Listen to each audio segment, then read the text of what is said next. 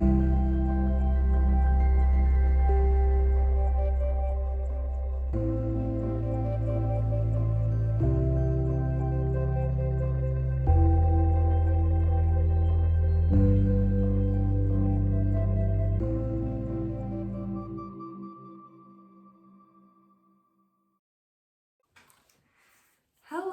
and welcome to Sonder. My name is Maggie and I am a knitter, sewist, crafter, bibliophile, and new doctor living here in Denver, Colorado. How is everyone? Thank you so much for joining me. It has been a wild ride the last couple of weeks to see how many new amazing people have tuned in and commented and said hi. It's just been really beautiful to make friends and meet people on this platform. It's just crazy. So if you're new or returning, hello, welcome. You are very, very welcome here. How is everyone? I'm just looking out to the window at a very snowy Colorado. It's kind of like the snowpocalypse today. They were forecasting that in Denver we were gonna get like 2 to 4 feet, which needless to say has not occurred. There's like an inch. An inch of new snow, which is funny. It has rained quite a bit this morning, and so I think that they just like misjudged how much of this moisture would be coming in the form of snow versus rain. So yeah, but you know, it's lovely. I am trying to really enjoy the last little vestiges of winter as the days get longer and you know, it gets warmer. I am both excited and a little bit hesitant about it for various different reasons. I think as knitters, we generally tend to enjoy the colder, cozier winter months. And so I'm really excited for the summer and all that it will bring. I have friends who are getting married. I have some trips planned, and so yeah, but enjoying the last little bits of snowy weather. Right now, I am still at Children's Hospital, and I actually got off of a few days of nights, and I'm in the middle of a very long stretch of work, which I won't bore you with, but it's been really beautiful. You know, I think, again, I commented in my last episode that kids bounce back in a way that is just absolutely incredible and mind-boggling. And I don't want to give too much information here, as always, but we had like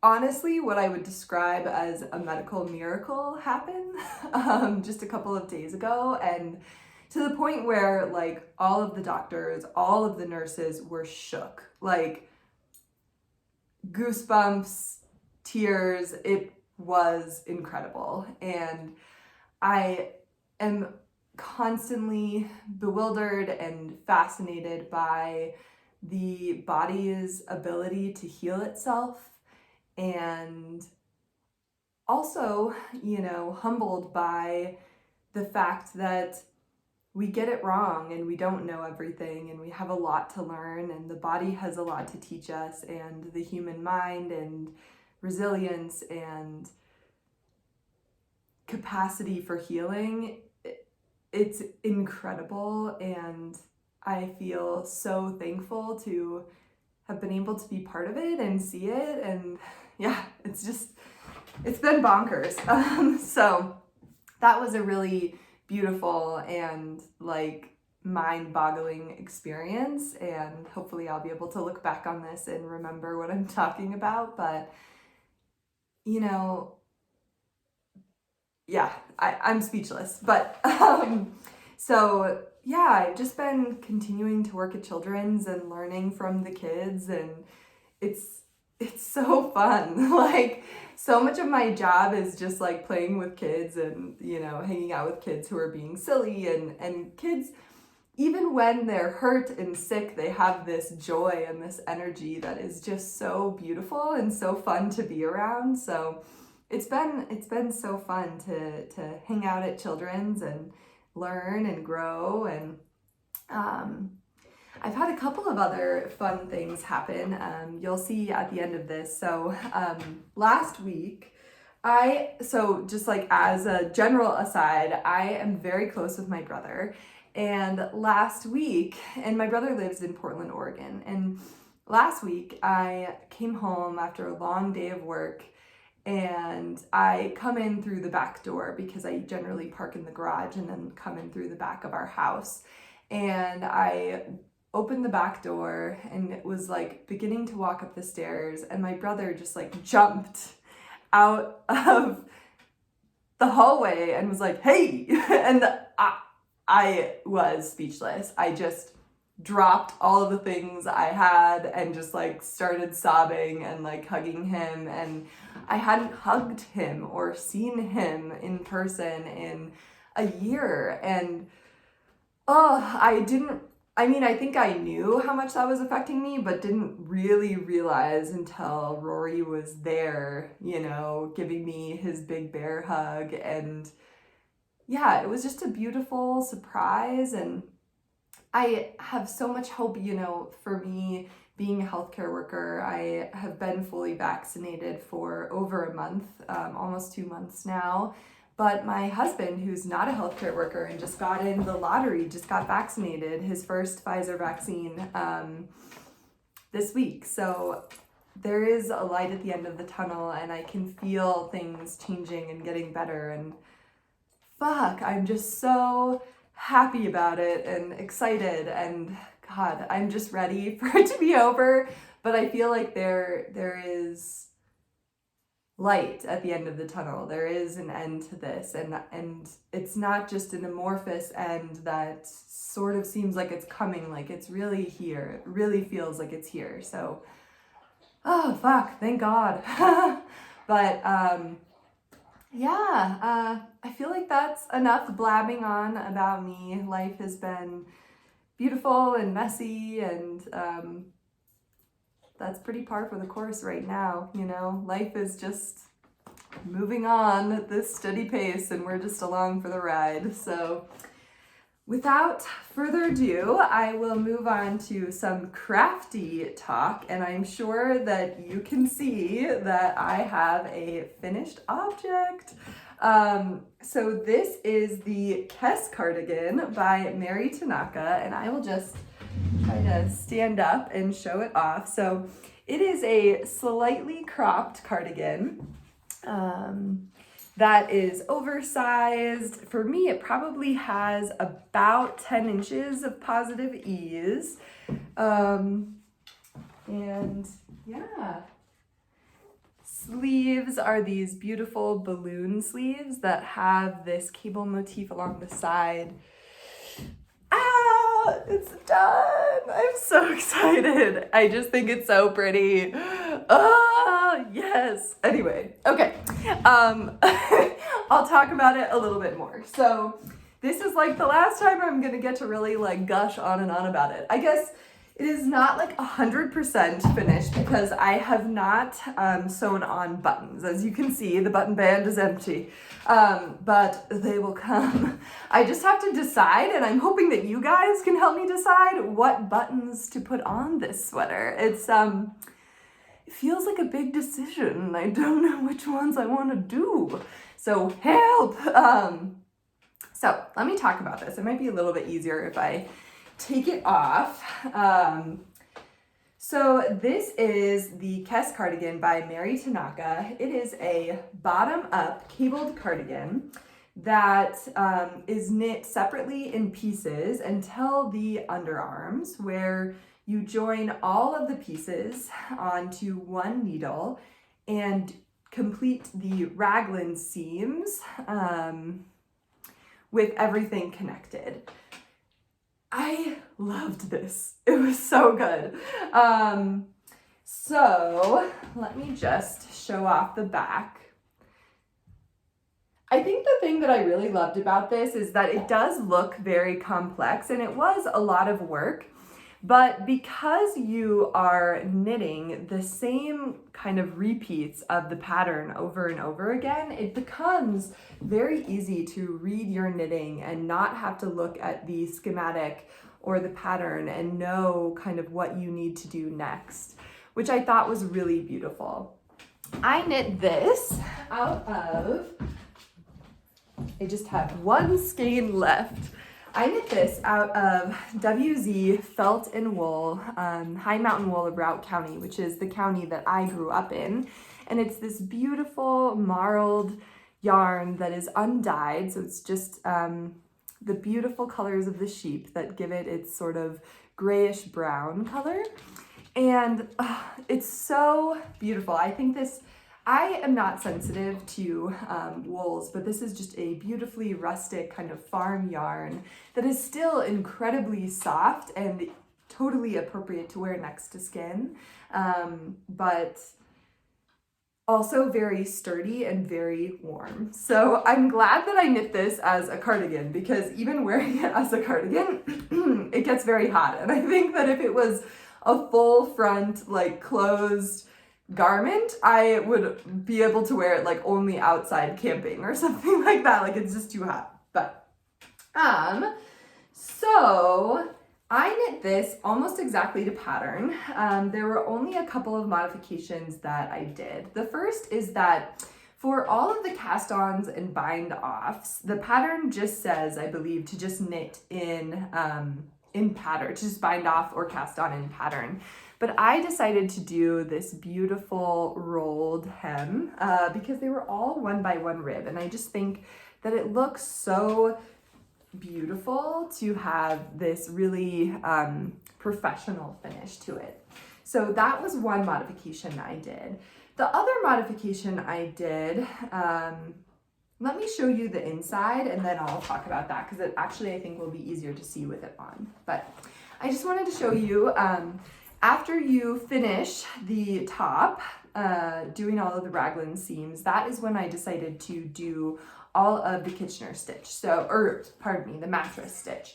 And there is a mattress stitch all along the inside of the sleeve and the body. So you can see it a little bit better on the inside here. And I have to say, I love mattress stitch. Like, you're just going back and forth, and then I just love like doing like a couple of inches and then just getting to pull the yarn and see it like perfectly come together. It's so satisfying. Like, it is the most satisfying thing in the world. I'm upset. Like, I don't know. I don't mind sewn garments at all, especially when they're just like super easy straight seams. I think it's a little bit harder when you're trying to like set in sleeves and things like that. But for something like this, super easy and super satisfying. So let me just show you. What I did for these seams is I did the seam of the body, then I did the seam of the arm, and then I did this last final seam, so sort of the armpit area seam. And I think it turned out really well. Let me show this side. I honestly think it looks beautiful. And seamed garments to me seem as seamed garments, I believe that the seam adds quite a bit of structure to the garment and helps it to have some longevity. And this is something that I want to have for the rest of my life. It's something that is knit out of really special yarn to me, and I think it's absolutely beautiful. I think the color will really go with, honestly, everything that I own. Oh, it's so perfect. So the last modification that I did was in the sleeve. So I have pretty thin wrists, and the sleeves, how they are supposed to be knit is that they're just kind of knit straight. So there are like increases as you knit up the sleeve, but the cuff of the sleeve was going to end up being huge for me. Like, I think that it would have looked a little bit ridiculous. And so what I decided to do is look at my Felix cardigan, which was knit out of a similar gauge. Yimpa, come here, buddy. He has seen someone and he is interested about it. Let me go get him. Yimpa. Hey, buddy. Come here. You okay? Come here. Come here. Yimpa. There is a person delivering packages in the cold, and Yempa does not want him around us, but you know what? He doesn't get to decide that. Anyway,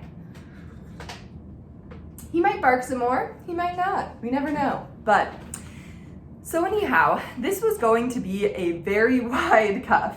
And so what I did is I used the measurements of my Felix cardigan, which is knit at a very similar gauge, to cast on about the same stitch count as the Felix cardigan, which I knew the Felix cardigan is actually a little wider than I like. It's fine, but I would have liked it to be a little bit more tight. But I knew that this sleeve would have a seam, so essentially a couple of stitches would be lost in that seam. So I knew that it would be a little bit tighter. So I followed the pattern, knitting the cuff, except for many less stitches than the pattern called for. And then right here, I did want it to be kind of a puff sleeve.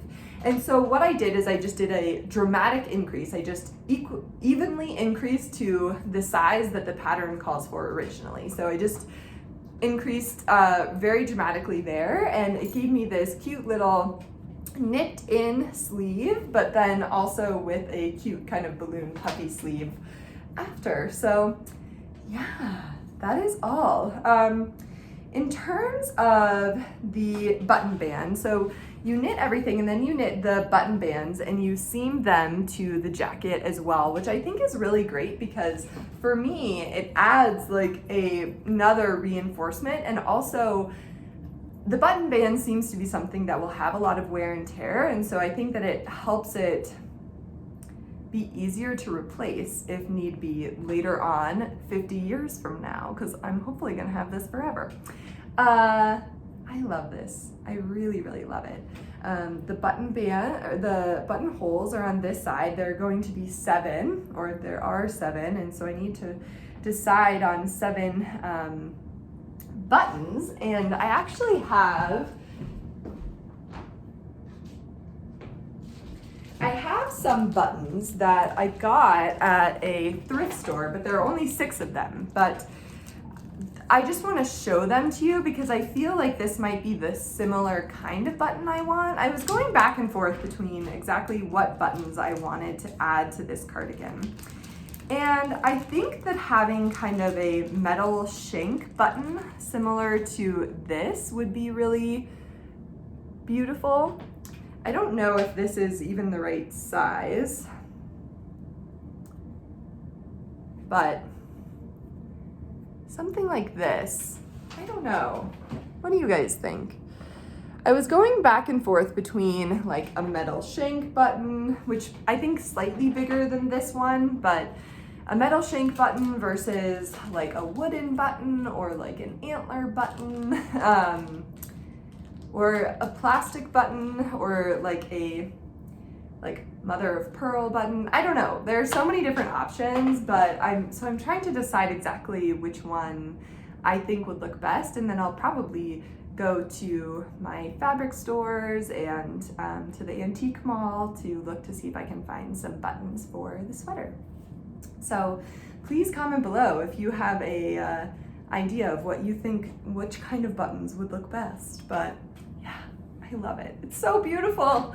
It's so warm too. Oh my gosh. And it's so soft. I wish you guys could feel this. It's incredible because it really is like a rustic workhorse yarn, but after I blocked it, it bloomed in this really, really beautiful way. And oh, I'm obsessed. I'm totally obsessed. It's so great.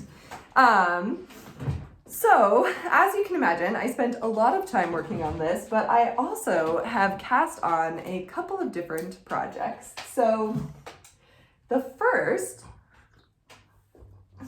I cast on 2 new sweaters. both of which were inspired by different people that I watch on YouTube. So the first one, I am forgetting the name of this pattern, but it is a beautiful colorwork pattern. I'll put up a picture and the name here, but it is a beautiful colorwork pattern that was designed by a Japanese designer, and I believe was originally in the Amarisu pattern books. And now has been quite a while, and so I was able to buy the pattern alone. But I saw this incredible sweater that was knit by NOUGATBAR, which I'll also put that in here, and also her episode below. But she knit the most beautiful sweater, and when I saw it, I was just like, I must have it. So this sweater is knit out of Plotulopi by Istex, I believe. Yes. And this is a unspun wool that is kind of just like pencil roving. And it is knit. I just did literally exactly the same thing that the pattern calls for, which is also what NOUGATBAR knit hers out of. It was gorgeous. I was like, don't mess with something that's perfect. And so I just got everything the same. So this is the main color of the body, and this is the, I believe, light beige heather. And it just has this beautiful variegated look to it. And then the other, so that's the majority. And then the contrast plate is, I believe, red carmine heather, and yeah, I'm obsessed. And so I did cast this on. It was quite a wild ride to learn how to knit with this yarn, because it is quite fragile. And I will say that I'm a very loose knitter. I generally have to go down 1 or 2 needle sizes when I am knitting. And so now that I am just knitting away, it does not bother me at all. I have not had the yarn break or tear or anything, like literally have had no issues. The only hard part was casting on. It had to cast on so loosely, because you know how generally when you're casting on, you like kind of pull the yarn and kind of tighten it. The first time I did it, I just like kept breaking it. And so I realized that you just need to cast on very loosely. And I also could only get it to work with a long tail cast on, which is something that I don't generally use that much. But because it's so, and the reason why I don't use it that much is because I find that it becomes too tight.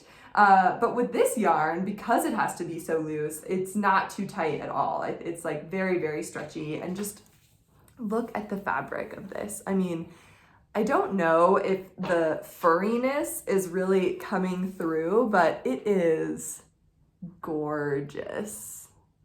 So yeah, I cast this on. This is knit bottom up. You knit the sleeves and the body, and then you join to work in the round and do the color work on the top of the sweater later. So yeah. The other thing, the top of this sweater, the floats are really quite far for a lot of the top of this sweater. And NOUGATBAR, what she talked about is doing I think they're called ladder stitches, where you have hidden stitches in the back that you catch your floats into, so that the contrast color floats have a stitch to hold on to in the back that you can't see from the front, but also makes it so that you can't see the contrast yarn through the front, which sometimes you can when I'm catching floats normally. And I really want to knit the Buches sweater, but I want to learn this skill before I cast that on, because I think that sweater has like a ridiculous amount of length between the floats. And so I think this will be a really fun skill to learn and practice that on in a beautiful sweater. This fabric is so lightweight. It is, for me, I think a lot of people would find this too scratchy to be next to skin, but really doesn't bother me. And oh my gosh, I'm so excited. So this was mostly because I knew that it would be almost entirely stockinette in the round, and I am just going to be working a lot of nights soon. And also there's this time in the middle of the night at like 3 a.m. where you're working, where your temperature regulation just goes like completely haywire. And so I was wanting to have like something to keep my hands warm, and hopefully when it gets longer to be able to put on my lap and use as a little blankie at work. So yeah, knitting away at this, I've really enjoyed working with this unplied yarn, this sort of pencil roving yarn. It's been really easy after the cast on to work with, and I really love the fabric that it's making. So that is one thing that I have been working on. And then the other sweater that I cast on in the last couple of weeks is the Ranunculus by Knit Cafe Midori, I think. I don't know, but everyone but me has knit this sweater. And I was watching the Heather and Hops podcast, and her Ranunculus that she just knit, she has like a million of them, and they're all like gorgeous and like different. Some of them are really light and airy, and some of them are a little bit more dense and have, you know, less gauge between the stitches. Anyway, they're all gorgeous. And I was like, I want one. I really want one. And so I've had this yarn, which is Biche et Buches, Le Gros Mohair. And this is a DK weight silk mohair. So it is 28% silk and 72% kid mohair. And it's just in the black colorway. So this is it. It's a really beautiful yarn. And I am knitting this, and I just separated for the sleeves, which is crazy. I am knitting this on a US 10. It's blowing out a little bit, but it's black, so of course that's gonna happen. But I really have loved this. I mean, everyone loves this, but seeing these different stitches come together, it was so fun. And I think this is something I'm gonna wear a lot. So this, I did decide to knit it at a 10. And mostly that is because I actually did want it to be very see-through. This is a yarn that I think is going to be extremely warm. And so I wanted there to be some space between the stitches to kind of like air out. Like we have already established I am a sweaty person, and so I needed a little bit of airflow to be able to wear this sweater. So I am really loving this. It is going to be a little bit see-through, like I said, but I am just picturing knitting up some like really cute little bralettes and just embracing the see-throughness of it. And yeah, it's so beautiful. So beautiful, so fluffy. I really want to, so I want to finish knitting this one, obviously, but I also have a couple of different mohair skeins that I really want to knit into a ranunculus, like a short sleeve, very loose and airy ranunculus, because I think those are so beautiful and ethereal, and yeah. Oh, such a good pattern, so fun. The only thing that I have done differently is that I did do a tubular cast on, but I just did my normal tubular cast on. I did not follow the directions for what they tell you to do in the pattern. I just kind of went rogue, as one does, and did my own thing. But it's a little bit hard to see because the stitches are kind of squashed onto this small needle, but I'm obsessed. I am knitting this out of my Licka needles. This was the first interchangeable set that I ever bought. And I have to say, I have discovered that I am a metal knitting needle woman. Listen, I'm a grown-ass woman, but I like metal needles. I prefer them like way over wood needles. I don't know why, I just don't love wood needles. I feel like the stitches don't glide super quickly, and so I am 100% a Chiagu girl, and actually just ordered some Chiagus in the 10s because The interchangeable set that I have, I just bought the small one because I almost never knit at this big of a gauge, but I see a lot of Ranunculus in my future, and so also because I think that they would be great gifts. So I'm loving it. I think it's a great sweater. It's so fun. It's so fun. Like all of these little like slip stitches and like putting my yarn in here and pulling it through. I was like, I have not done this before and I am enjoying what it looks like. So anyway, it's so fun. Everyone knows that. Everyone's been knitting this sweater, but I finally jumped on the bandwagon and I'm happy about it. The last thing that I have been working on is in one of my little handmade bags that's just out of clothing sewing scraps. And this is my Midnight Dancer socks by Sari Nordland. So I've already finished this sock and I am almost done with the second sock. Yes! So I literally just have to knit a few more rounds and then do the toe. So I think I might finish this today. I love it. This is knit in Lambstring wool in the October 31st Advent Calendar colorway. So you can't get it, but she has other very, very beautiful yarns. And yeah, I don't normally magic loop. The magic loop is on there because I do generally do the heels and toes in magic loop, but I'm just about to cast on the toe, so that's why. Yeah, the only other knitting talk I had is that I did get some skeins of this beautiful, it's the colorway Port, and it is the Sparrow 100% organic linen from Quince & Co. It's so shiny and so beautiful. I have some of this yarn already in my stash in this like beautiful earthy gray color, but I saw this and was absolutely obsessed. And so there's this really beautiful tank top that is a knitting for olive pattern that I'll put up that has this like beautiful kind of, I think faux cable, maybe some lace, but it looks like a leaf motif that I really want to knit a couple of different shirts out of this beautiful linen yarn for the summertime. So I don't know if you guys want to have a springtime cast on. It could be kind of fun. Hello.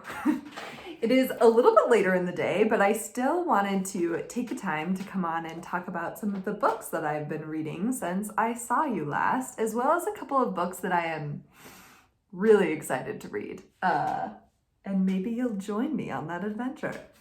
So let me start off with the two books that I have finished since I last filmed a little journal. And the first one is The Four Winds by Kristin Hanna.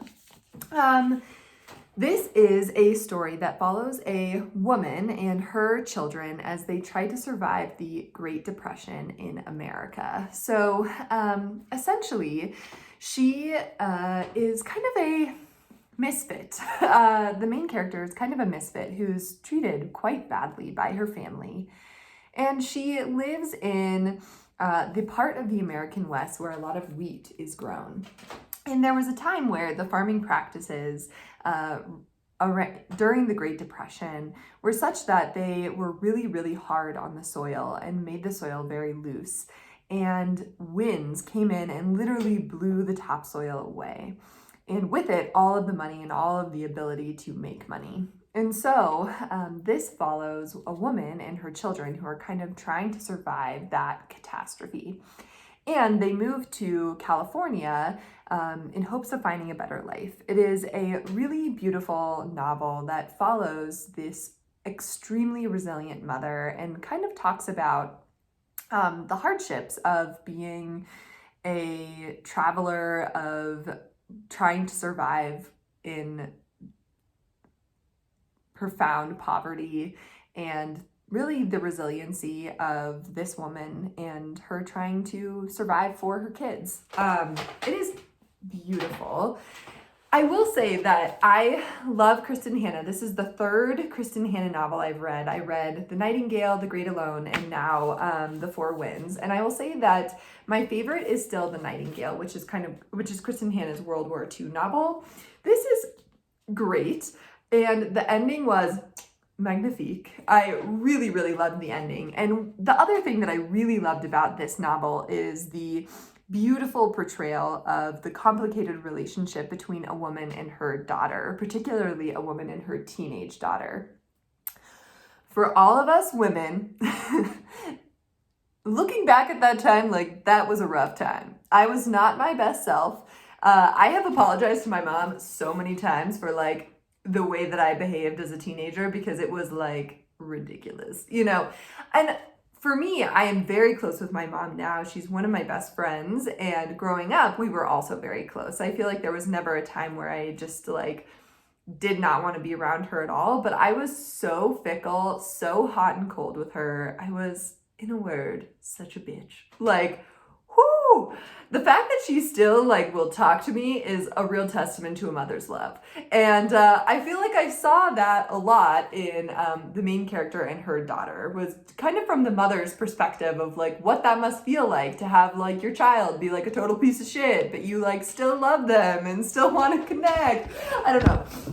As a woman, I just feel like I had a very similar relationship, and I loved seeing that portrayed and loved seeing the arc of that and kind of seeing that from the mother's perspective, because I am not a mother and have not experienced that before, but I imagine that it is a pretty universal experience. Just talking with my other girlfriends about, you know, how they were as teenagers to their moms. I think it's like a brutal thing. It is a brutal time that we go through, and we just treat our mothers like absolute garbage. But you know what? They still love us. It's okay. So yeah, just apologize to your mom. But yeah, I thought this was a great book. I think for me, I gave it like a 4 out of 5. I really enjoyed it. It made me like sob in the end, and I thought it was beautiful. It's not like an absolute god tier favorite book ever, but I thought it was really great and highly recommend it, especially if you like historical fiction. So yeah, The Four Winds by Kristin Hannah. The next book that I read is a young adult novel named Aristotle and Dante Discover the Secrets of the Universe by Benjamin Alire Saenz.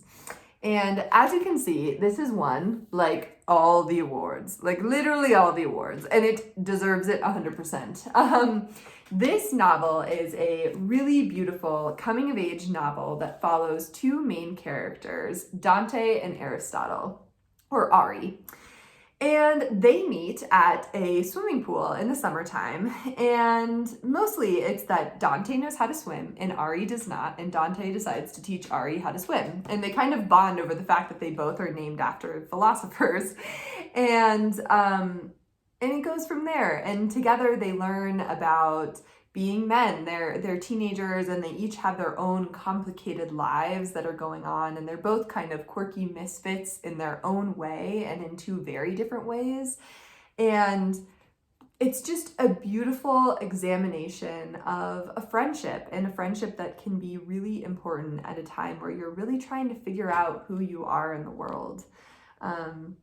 I also just loved, like, it's interesting because I feel like thinking about both of these, I really loved the parent relationship in this book and how much love is portrayed and how complicated it can be and how it can sometimes be challenging for parents to show their love in a way that kids understand, but that doesn't mean that the love is not there. It was absolutely beautiful. I cried, I laughed.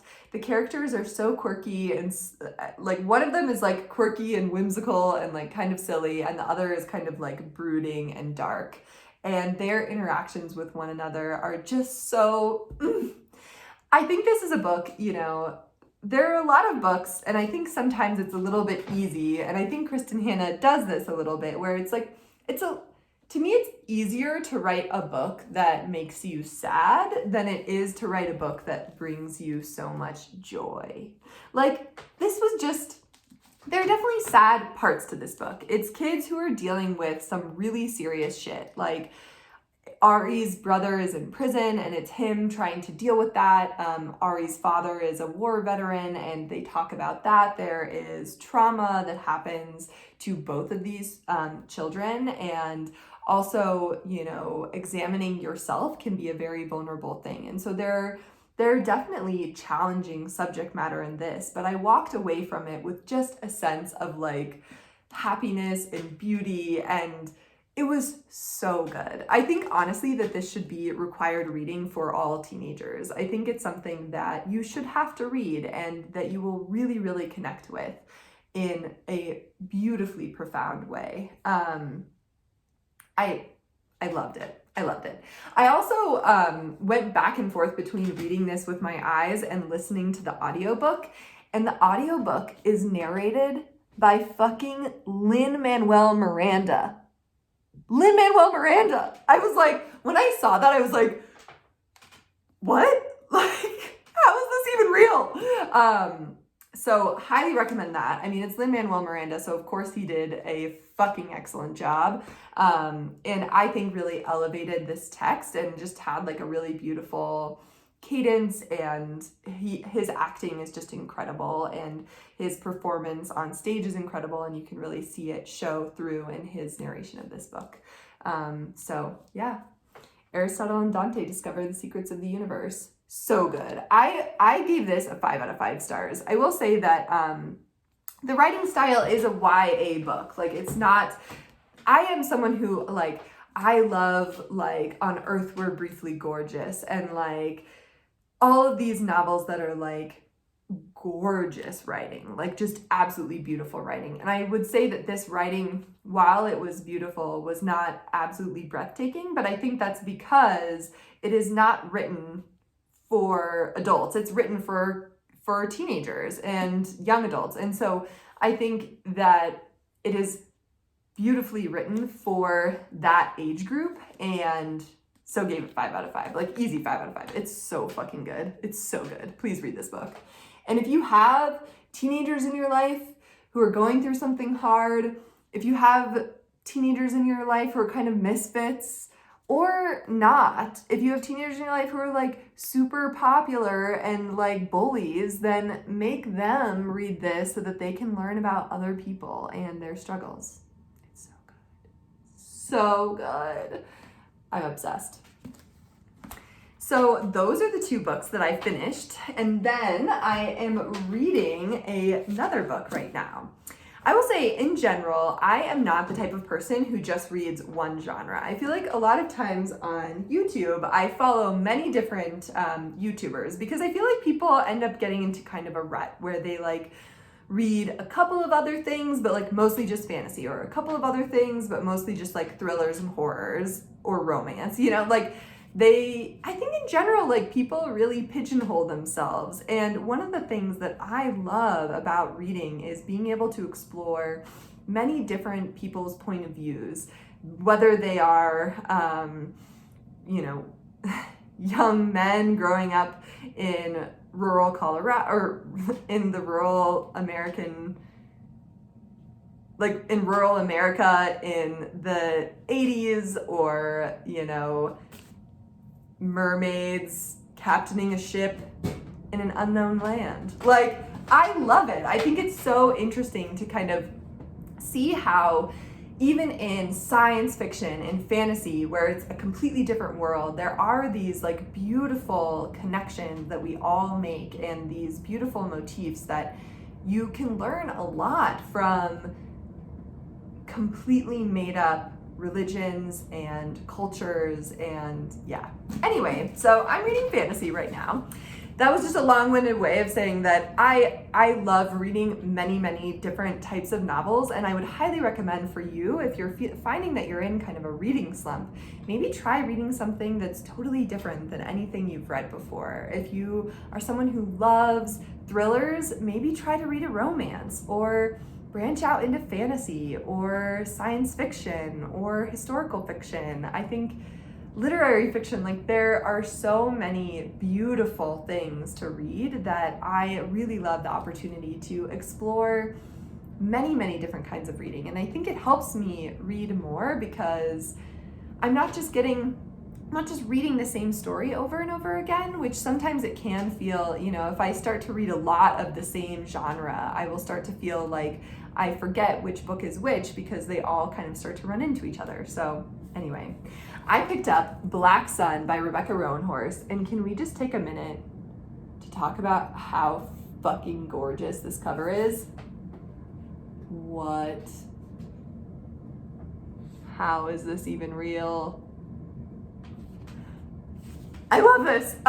Okay, so this book is a high fantasy novel that has multiple points of view. It takes place in a world that is heavily inspired by pre-Columbian Americas, so sort of indigenous communities in North and South America. And it follows several different characters. One of them is a sun priest, one of them is a young boy who is set up for greatness or villainy. One of them is a captain of a seafaring ship that has magical connections to the ocean. It's so good. And essentially it follows, I think it's 4 different perspectives as they build up to something called the convergence. And that is the winter solstice in a sort of magical city called Toba. They celebrate the winter solstice every year, but this year, the winter solstice is going to coincide with a eclipse. And the sun priest has thought that normally the winter solstice is a time of renewal and rebirth, and it's a beautiful celebration. But the thought is that with the eclipse and kind of having a black sun at the time of the winter solstice, that it is going to bring a lot of unrest and change to the world. And so right now I have about 150 pages left, and we are still building up to the eclipse. And each chapter kind of starts, you know, with like the Abregi Mountains, year 315 of the sun, 10 years before convergence, and like goes back and forth between days before convergence, and then some of the characters also, you get a little bit of a backstory, so telling what has happened in the past and kind of where they are now. Oh, it is so incredible. I am loving the magic system. I love the world building. The characters are beautiful. There's great LGBTQ reference, great LGBTQIA characters, and it is an own voices story. There are many, many different characters of color. It is absolutely amazing. I'm really, really enjoying it. And I feel like things, you know, in this high fantasy, and this is the first of a trilogy, so generally I feel like this book is kind of laying the groundwork and setting the stage for what is to come over the course of the next 3 novels. And it's already so good, and I feel like the pacing is so spot on. It is absolutely beautiful. So if you like fantasy, you will love this. If you've never read fantasy before, you should try to read this because it is so good. The Black Sun by Rebecca Roanhorse. I want to finish it today because it's a snowy day in Colorado, and that seems like the perfect thing to do on a snowy day is finish your amazing fantasy novel that you're reading. The last thing that I wanted to talk about are actually some things that I'm wanting to read soon in the next couple of weeks. So the first book that I wanted to talk about is The Heart's Invisible Furies by John Boyne. And what I know about this novel is that it follows one character throughout his entire life, growing up in, I believe, Ireland. Oh, I know it's definitely in Ireland, but I believe in the 1940s. And St. Patrick's Day is coming up. I'm Irish, the main character is Irish, and so I think this is like the perfect time to read it. I've heard that it's beautiful and heartfelt and funny, and I think that I will really love it. So this is high on my TBR list. With that, I hope you are all doing well. I hope that you are enjoying the last bits of winter as we move into spring. I hope that you are taking time to go outside and feel the sun on your skin. And that you are taking care of yourself and taking care of others, and know that what we're going through right now in the world is really hard. But seeing my brother, I feel like it's coming to an end, and that is something that is profoundly beautiful and necessary. So get your vaccine. The world will only open if we are fully vaccinated. So please, please, as soon as you can, if you can, get the vaccine. With that, take care of yourselves, be good to yourself, and I'll see you soon. Bye. I still ski fall you die shit. Yeah, that's why. Don't tell me that. I started wearing a helmet in the mouth. I don't fall though, so we're good. Whatever. Key is just make that fucking first turn. I don't like to drop lines where it's like super dangerous throughout. But I don't mind if it's like I just gotta make 1 or 2 turns to get through the shit and then it opens up or something. But I'm not doing like hairbrain ones. I mean, you're it's much. like fucking the whole way. It's like, this isn't even fucking fun. I'm scared as fuck. You're a much better skier. Well, and I grew up getting cliffed out in the fucking canyon. So I've been in a lot of bad fucking situations. So I usually can hold my composure. Have you seen that? What's that documentary that's like hilarious about squaw and like Nar? Yeah, with McConkey and all that. That's so funny. Did you see it on You remind me of that. See when Shane McConkey got kicked out of Vail for life? Yeah. Fucking skied the mogul course butt naked. So he did a backflip. Yeah, with his dick and balls out. So first time he just did a Yeah, they backflip. DQ'd. Normal, and then he DQ'd. He's like, fuck this. He went back to naked the and top. did it. Hey, I'm pretty sure he poached the course. Fuck. Yeah. Wait, why did they disqualify Because him? you couldn't go inverted in freestyle competitions. Same reason I used to Sean, get I think I DQ'd all told the you time. about this. That used to happen to Rory, because you had to like pass something or something, or like be a certain age or something. Well, that time it just wasn't. No, you just couldn't in moguls at that time. You were not allowed to go upside down. I was like, tell me I can again, motherfucker, watch this. And then they used to DQ me when I'd hit stuff switched. You could do helicopters, but that was it. Yeah, somehow a switch was a DQ too. Oh.